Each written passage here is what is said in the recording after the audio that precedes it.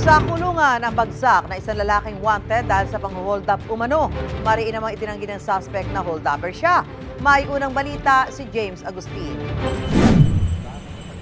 Matapos sa mahigit isang buwang pagtatago, natunto ng pulisya ang 24 anyos sa lalaki na subject ng warrant of arrest para sa kasong robbery.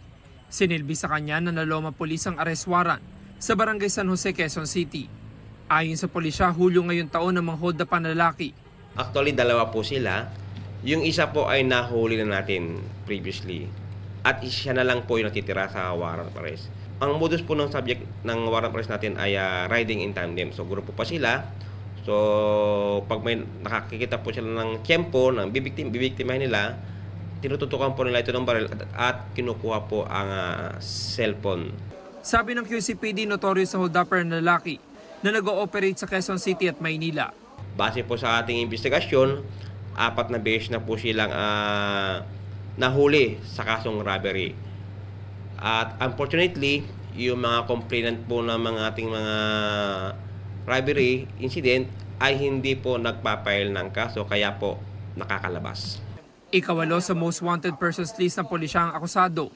Pero giit niya hindi siya ng hold up. Hindi rin daw niya alam na may arrest warrant laban sa kanya. Wala, hindi naman talaga ako.